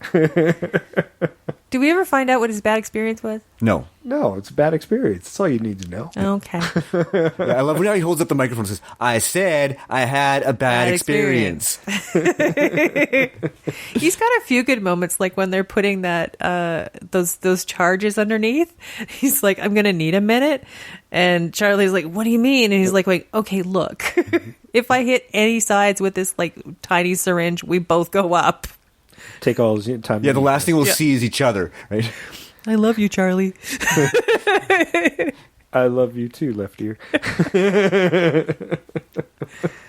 It was good. I like how it was just this big wide shot too. Yeah. It was so good. It was so good. And the chemistry between these actors, like all of them, there's just so much great on-screen chemistry. I'd love to see these guys in a movie together again. Yeah. Well, especially when I watch this movie and I'm like, especially with Mos Def, I'm like, why haven't you done more? Like, I love him every time I see him in a movie. Yeah. Why aren't you doing more of these? I don't know. Maybe he's just finicky. He's going to only pick the stuff he wants to do. And I think Mos Def doesn't have to work unless he wants to. Oh no, I'm sure he doesn't. I'm sure he made his money in rap a long, long time ago. Yeah. Yeah. So he's just having fun. Yeah. Yeah. And so I think he just picks the roles that appeal to him. He's not Edward Norton having to do movies because contractually obligated. Contractually obligated to. I think he does them as he looks at what he's offered and takes the ones that look like fun for him to do. He's looking at it like his character, chilling in a villa in Spain with his library of first editions. And his room for his shoes. Yeah. And his room for his shoes. Such a girl. Not all of us have lots of shoes, but shoes are nice. I know somebody with a shoe garage. Whoa. Yeah. See, I'm all about the books. The first editions bit, I was like, I am on board. Totally on board for that, yeah. And the shoe room. I like shoes. I have a lot of shoes. Not a garage worth, but I have a lot of shoes. Yeah. Yeah, that's the thing. Like, if you already have set aside a room, you have to do some, like, really intense shoe shopping to get the thing filled. Yes, for sure. Yeah, and you only have one set of feet, and I don't know why it's so important to have so many pairs of shoes, but I like being able to switch it up when I feel like it. You need to air them out in between. Yeah. Fair enough. And occasion specific, that kind of things, yeah. But that was the only other thing with the dogs. He's had a bad experience with dogs, and the dogs come up once and then they kind of go away. Don't they? I don't remember. I see them once when Stella first comes in as the cable girl, and then I don't see them again. Yeah, it was just really that one time. It was just the one time, and I mean, it was a setup for a one-liner. That's all it was. That's all it was. Yeah. It's just a long trip. I wanted to see more with the dogs because I'm a big dog person, and I never had a bad experience with dogs. Yeah. Well, I wouldn't say Steve had entirely a lack of imagination, because when he plays the shell game with the trucks, yeah, because he knows he's being watched. See, I would have liked to have had a little hint where he'd seen that in a movie, and again he can't think for himself. That would be so funny. Initially they were going to just have him go out on a date with Stella and then rob him while they were out. That originally gets aborted because the neighbors are having a party, so Stella actually has to go on the date. Which brings up one of my pet peeves about this movie. Did you know how crooked his freaking mustache was? Yes. It was so distracting.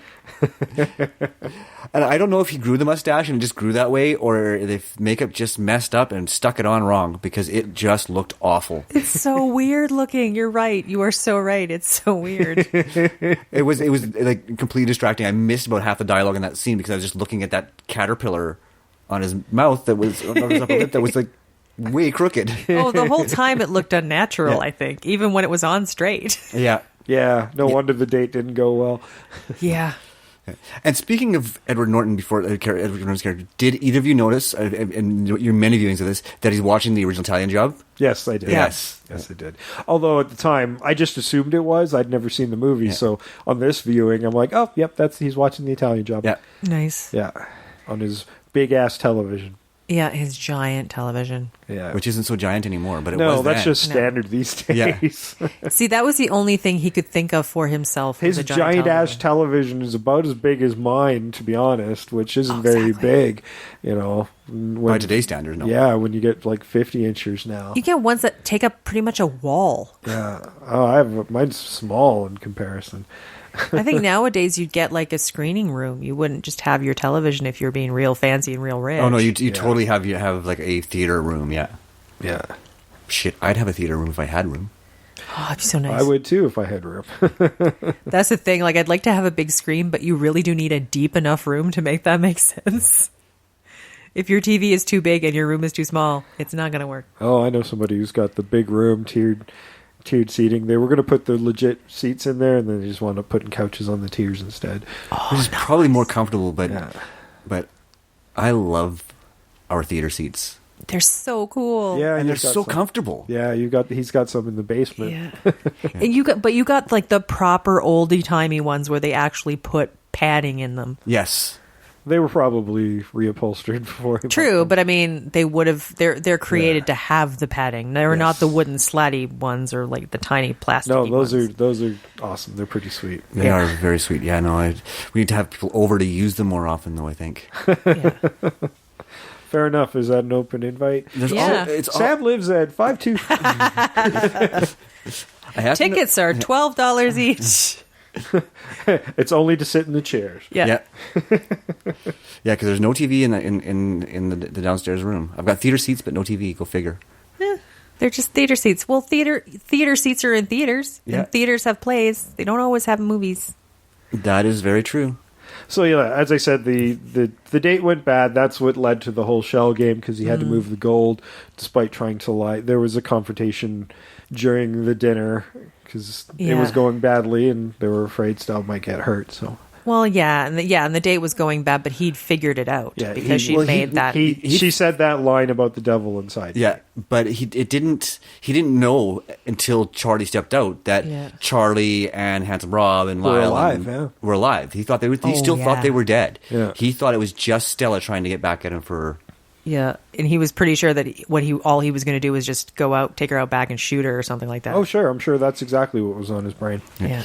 Yeah, and I mean, there's a small plot hole, but a plot hole nonetheless. Is how would she know that he was the one responsible if Charlie and the crew weren't alive? because she'd never met Steve before. Yeah. Never heard. Well, he does say there's something familiar about her, and maybe that's just them casually trying to say that, yeah, okay, not Donald Sutherland's legit daughter, but you know how people are supposed to look a little bit like their parents have those aspects. I'm guessing that was that faint recognition happening in his brain, but he just couldn't connect the dots. Or alternatively, what you could have is just he might think that, well, her dad is a criminal. She's got to know some criminals, and she might be pissed off enough to come find him. Yeah. And she should be. Oh, yeah. That's the whole thing. I'm all about for stealing the gold, but like if I'm Stella, I'm like at the end of the job, I'm like, okay, so once we steal his gold, are we just going to fucking kill him? Because I kind of am down with that. Even if the Ukrainians hadn't shown up, I'd be like, can we still do that? And, you know, ultimately... You kill my dad, that's what's happening. And you know the Ukrainians are going to kill his ass. Oh, yeah. They're going to torture him and kill his ass. Oh, yeah, they're not going to do it fast. Oh, no. No, that's exactly right.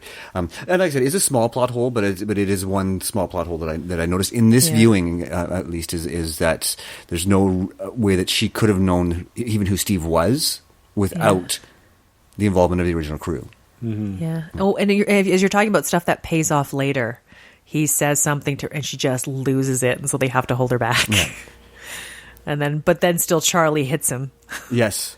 And she's so funny. She's like, how come you get to hit him and I don't? Exactly. That's what I would also be pissed about. Yeah, but she did later. But at least he offers a reasonable explanation. It says, we need your hands intact. Your hands are too valuable. Right? Yeah, and I completely got that. I'm like, thank God. That's a good line. Just that gives everything I need. And she does get to hit him and hard. Yeah, after the job's over, go ahead. Exactly. And she even does the whole shaking her hand thing. Because, hitting hard things hurts. Yeah. You hit a cheekbone, that's going to hurt. They don't have guns, but it was still a death sentence for Steve. Oh, yeah. Yeah, exactly. Now, and that's an interesting thing to point out, too, is in the original movie, there is very little violence. It's car chases, aside from the death scene at the beginning, and and an off-screen beating for Charlie. There is no violence in this movie. Yeah, and I'm certainly... I think that was something the screenwriters had figured out when they went into this movie. Like at worst, they're hitting a couple people with bats, and they gas a few people, and that's what they do in the original. And I didn't even mention this, is by Donna and Wayne Powers did the screenplay for this movie. Trish will know them from love that name. Deep Blue Sea. I love Deep that Blue movie. Sea, which is another Strange Ludicrous movie. Oh, yeah. Strange and Ludicrous can be really enjoyable in a movie. This script's really tight, I gotta say. It's very, very tight. Yeah. They did, and they did notice that. You can tell that they watched this movie, and they're like, okay, I like that bit. This needs to be fleshed out. We gotta do this. You can tell Seth Green's the one that got to play around and go off script a bit. Oh, for sure. Yeah. Well, and I think that's partly because he has the skill to do it. Yeah. Sorry, I love Jason Statham, but you can tell he's, at least this is early in his career especially, he's kind of a I need my script kind of actor. Yeah. Same with Mark Wahlberg, because by far the weakest actor in this movie. Yeah. And I hate to say that. Well, he originally went in for this movie as Steve, but F. Gary Gray was like, nope, that's my guy. That's my lead. You know, I mean, let's face it, Mark Wahlberg is just too likable. Yeah. It's hard to see him playing a bad guy, even though his first movie, he played a bad guy. Yeah. Yeah. Right? And very, very convincingly. I don't think we'll cover, because I do believe that was a remake. Mm-hmm. Like, and I think I can totally see, I mean, I could see him doing Steve. I could see him doing something different, but it would be a different Steve. Yeah, it would have definitely been a different Steve. Yeah. I think it would have been a more charismatic Steve. Yeah. Right? It would have been a very different watch. Yeah, because Edward Norton is generally a very charismatic actor, but he's not in this movie. But Edward Norton can do weaselly like nobody else. Yes. He's real good at it. Yeah, just put a crooked mustache on him. Yeah, exactly. Yeah, and weird, like, what was up with his hair? All of his hair. Yeah. Like, I don't even think his eyebrows were right somehow. Everything was wrong. He's the least symmetrical person in Hollywood. Yeah, there was something, I don't know. It might have just been the hairdressers were making a choice. Yeah, and you know what? I mean, I've heard stories about Edward Norton being sometimes a bit of a dick on set. Maybe because he didn't want to do his movie, he was being a bit of a dick, and the hairdressers got back at him. Nice. That would be so beautiful. It would be. That's probably it. They were trying to put his mustache on, and he was being like, just get it done with. They're like, fine. And they do it. Yeah. I could see them doing that. I would. Yeah, I mean, Mark Wahlberg gets a kind of a rap for being the same actor, the same guy in every movie almost, and we know he's better than that. And I think this is one of the movies where he is better than that. He's what? No, no, he's good. I enjoy him. That was me trying to do my Mark Wahlberg whiny voice. That was just the happening. I'm like, it's the whole movie. Yeah, that's not good. But for comedy, the big hit is funny. Usually when Wahlberg's in a bad movie, he turns into whiny Wahlberg. Because he knows he's in a bad movie. Yeah. Right. When he's in a good movie, he's like, okay, I'm fine here. He feels comfortable. I'll turn it up to what I'm capable of versus what I'm prepared to do. Yeah. Right. And those are two very different things for a lot of actors, to be honest. Yeah. Right. I mean, seeing as we're referring to Michael Caine, some movies are paycheck movies for Mark Wahlberg, and some movies are movies he wants to do. But I'm sure Transformers is a paycheck movie. True. But I think the major difference is even when Michael Caine is doing a paycheck movie, I still freaking love watching Michael Caine. I totally agree because he never phones in a performance, even though they're paycheck movies. He never phones one in. It's sort of. It seems like even when he's just doing it for a paycheck, he's like, I'm just gonna go for it and have fun here. Yeah, absolutely. And we all win when he does that. Yes, we do. And I love the fact that he's still working. He's 89? Yeah. And he's still working. Yeah. I think that's amazing. No, it's cool. I mean, well, actually, when you think about this movie too with F. Gary Gray, he brought both Jason Statham and Charlize Theron into the Fast and Furious movie he directed. So. Yeah. Exactly, and they were that's another movie they worked together on. Yeah, and there's lots of connections back to the Family Guy in this as well. Really? Well, not Family Guy so much as what's his name, Seth MacFarlane's movies. Yes. So Charlize Theron was in Million Ways to Die in the West, and of course the two Ted movies with Wahlberg. Yeah. So. And Seth Green is like the voice in Family Chris Guy. Griffin. Yeah. So. Lots of little connections there. It's a big web, guys. Yeah. Big wide web. Yeah, I mean, they always say it's not what you know, it's who you know. Yeah. And I mean, it's certainly But the real game is connecting it back to Kevin Bacon. Yes. Exactly. I don't know. There's got to be other actors, though. We just haven't figured it out. Kevin Bacon just has done a lot of movies. So what will you guys do with a cut of $35 million? Ooh. I don't know. It'd be very challenging because I think I'd get bored really fast if I didn't do it right. Yeah. I'd have to find something to be doing, whether that be opening a store and a music store or something where I could go and interact with people and be doing something. Yeah. I can't imagine just being inactive. Yeah. No, I couldn't imagine being Steve in front of watching TV all the time. No. A video store with a theater in the back, just because I like video stores. So even if it lost tons of money, I don't care. Well, that's exactly it. You open up a business where it doesn't matter if it loses money because it's just for you anyhow. Oh, I'd like to open up one of those theaters that's kind of like the Alamo. Oh, yeah. I would totally do that. Yeah, you got $35 million, House. I could do two things. Yeah. A full-service theater. And a nice house somewhere. Yeah. I don't need a nice house. I need a nice big shop somewhere I can buy all the tools that I really want and make all the things I really want to make. I know. Isn't it wonderful to dream, man? Yeah. Or maybe we should just do a heist, guys. Steve will take one of yours. Yeah, I'll be watching this movie. I don't think I could pull off a heist. It's just there's too many moving parts. Yeah, I'm not a specialist. I'd be the guy that hits that thing on the truck so the panel falls over the hole. That's me. That's all I need to do. Drive away. I might be able to drive, and if in any way the heist depended on random movie trivia, that would be my skill. But I don't know of any heists where that's going to be a thing that people need. I could scuba, though. For the Italian one, I could probably, do some scuba diving and get some gold out from underneath the water. That's what I could do. There you go. You have a skill. Yeah, and me, I'm grunt work guy. Yeah. You could be, you could be the mechanical guy. And Jason, you just know stuff. You would know so many heist movies. You could figure out the plot holes. You're like, this heist has a plot hole. I would be Michael Caine and just standing around telling everybody to do anything, not driving, not doing anything, really. That's me. I could do that. I could totally do that. That's No, but you figure out the heist plot hole. You're like, oh, if we do this, this is going to happen. That's true. I'll take that. So we could, maybe. Now we need like 4 more people, and then I think we're good. That's right. And an idea for a heist. Yeah. I think actually we could probably pull off a heist, but the problem is I don't know anybody that would help us get rid of whatever we stole, unless it was money. I am not openly discussing a crime on a podcast. So, but if there are anybody who want to help us out with this theoretical heist, you can email us at Invasion Remake on Twitter, invasiontheremake@gmail.com, or you can leave us a message on our Facebook page, Invasion the Remake, of course. See how I segue that? I can segue that into all those things. Yes. It's all good. See, there you go. It's a skill. It's definitely a skill. And if you want to cut of this non-existent heist, you're going to have to prove it by leaving us a 5-star review on iTunes. Yeah. And write a review. It helps other people find the show. Shows that you were a very important member of this team.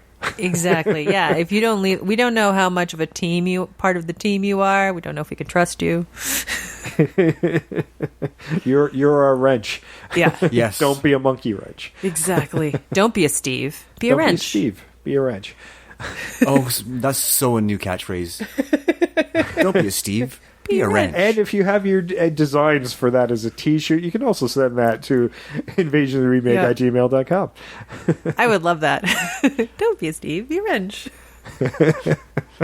We haven't even got our first t-shirt out and we've already thought of our second one. Nice. Yeah, we're still working on that first one. Yeah.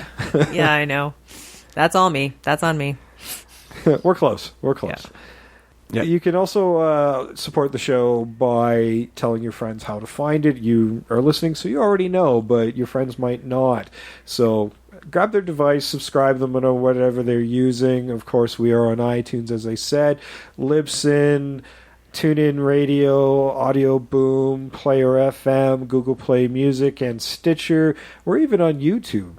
Mm-hmm. We're even on YouTube. Not the best place to find us, but you can subscribe to us there as well. Yeah. If you want to look at one picture for an hour and a half, if that's your jam, we're there. Or just like open that tab, leave it open, and then browse other stuff on other tabs. Because we're just audio. Yeah, we're audio. Yeah. But we're best. You can listen to it on your commutes, when you're going on vacation and flying to your destination. Oh, yes. On road trips, we make great friends, great company. We're great companions. Look to your left. You will see something interesting right there. That's what's happening right now. We're here every week doing this, so I need to live vicariously through all of you people on your vacations. Yes. Yeah. The more road trips we get to go on, the better. Mm-hmm. That's right. So, you can also tell us about your road trip while you were listening to the podcast. Yeah. Is it going to be anything like Handsome Rob's attempt to do the longest car chase? He's trying to go to L.A.? Yeah. Yeah. If you've ever driven an Aston Martin, please write in. I would very much like to know what that's like. Yeah, me too, actually. Yeah, I've never been even that close to one, to be honest. I love that car, though. So pretty. Yeah. Aston Martin just makes nice cars in general, but go back to the Bond movies. Oh, the week of this recording, by the way, we lost Roger Moore. Yes. He got slowly... Who was Michael Caine's best friend. Aww. Yeah, so this is very sad. Feel sad for Michael Caine as well in his loss, but both had really long, awesome careers. I never thought we'd lose Roger Moore first, but I guess him and Sean Connery were pretty much the same age anyway. Yeah. Yes. He just got the role later. I mean, if it hadn't been for his obligations on The Saint, he would have been the first James Bond. So we would have had Roger Moore from probably, and God knows Roger liked doing it, so he probably would have had him from Dr. No all the way up to, what was it? Octopussy was his last one. Well, no, there's one after Octopussy. Was there? Never. A View to Kill? View to Kill. Yeah. View to Kill. Well, it's weird between him and Pierce Brosnan is people who were supposed to be Bond but had other obligations with Bond-like characters. Yeah. So he got to play two of most memorable spies in the industry. So, yeah, lost a good one, but he had a hell of a run. So, salute to Roger Moore. Exactly. You know, and all those times he was suspended over like some sharks being slowly lowered in and didn't die. Good on you, Roger. Yeah, there's something about being James Bond where you're somewhat... you ironically live longer playing a spy who's supposed to die a number of times. Yeah, considering how risky that job is. You would have fought the venereal diseases alone. Yeah. Absolutely. Bacteria, was it antibiotic-resistant gonorrhea should have taken down a Bond or two. Maybe he does practice safe sex. I don't know. Maybe. Yeah, I think that he doesn't want any little Bonds running around out there, so I think that he probably takes a certain amount of precaution. Maybe we just never see it in the Bond movies, but M has like the stealth condom where he just presses a button and it just sheathes over. Did anybody see that? I never saw any, but did anybody see the James Bond Jr. cartoons? No. I have to look into that. So he obviously didn't bag it on one of them. Yeah. Yeah. Well, he did get married once. He did, and she died really quickly after. Like on their honeymoon died, didn't she? Yeah, coming away from the wedding. Yeah. Yeah. Yeah. I don't know. So then maybe he was in a committed relationship at one point. And that's what happened. Yes. Or the bag broke. It happens. Yeah. There are accidents. It does happen. He may never have known that James Bond Jr. was out there. No. Despite probably crossing paths in the hallway at MI6. Little bitty Bond. Well, okay, we've run out of steam. I think we're going into some weird now. We've gotten into some weird places now, so I think it's time to wrap this one up. That was The Italian Job. It does sound like a weird way to do masturbation, that title, isn't it? The Italian Job. You do it with cold cuts? What happened? Like just linguine? Just some pastrami lube? I don't know what happens. I don't know. Sometimes you got to change it up. Sometimes you got to change it up. I don't know. Okay, we're gonna ponder this afterwards. So that's it. I've been Jason. I'm always Sam. I am still Trish. We're out of here.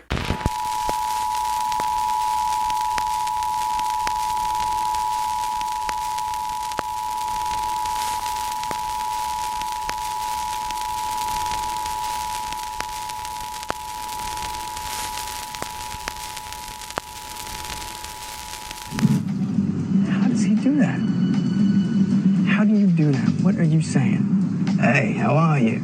Oh, I'm good. I'm good. Nice to meet you. I'm Handsome Rob. And you are? Oh, my name's Becky, but it's written on my shirt. Listen, I'm gonna need your shirt and your truck. Perfect. I'll give them both to you. Would you like my virginity as well? If it's on the menu. Oh, you're so witty. Why don't you take advantage of me? Yeah, you're not too bright, are you? No. Perfect.